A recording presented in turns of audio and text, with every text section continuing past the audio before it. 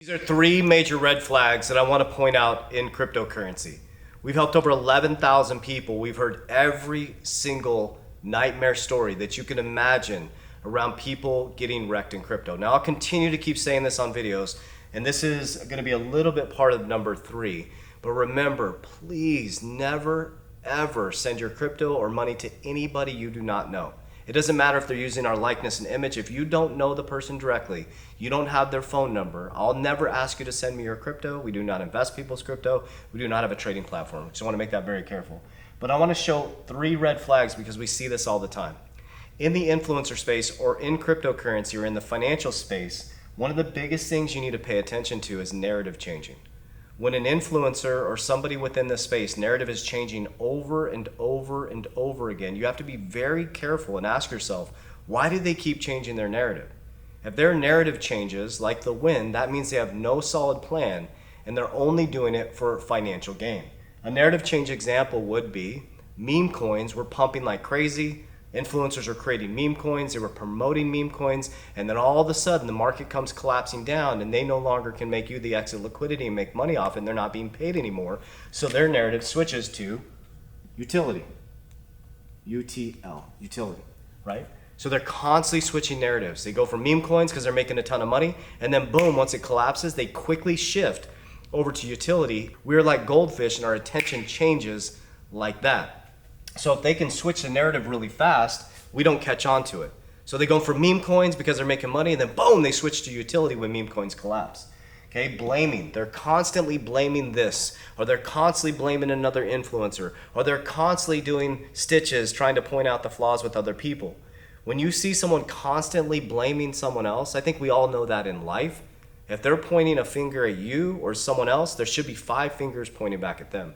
A person who understands what they're doing, has a solid game plan, spends no time focused on another man or woman's business.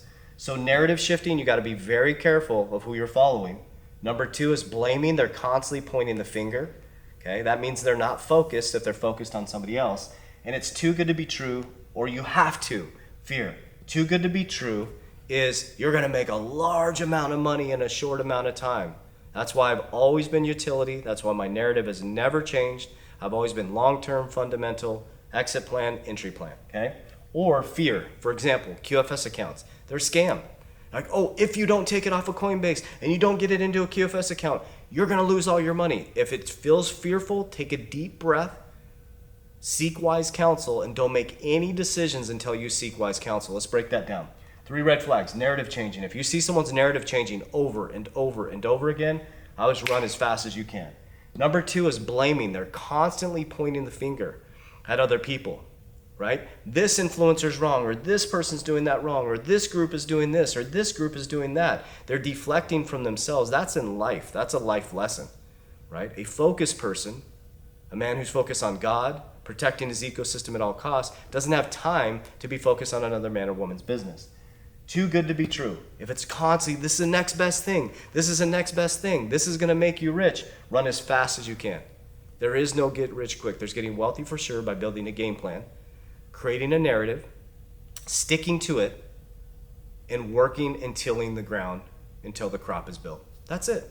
It's that simple. So these are 3 major red flags. So if you feel anxiety and you feel like you're constantly jumping from narrative to narrative, that means you're following the wrong influence or you're looking at the wrong things online.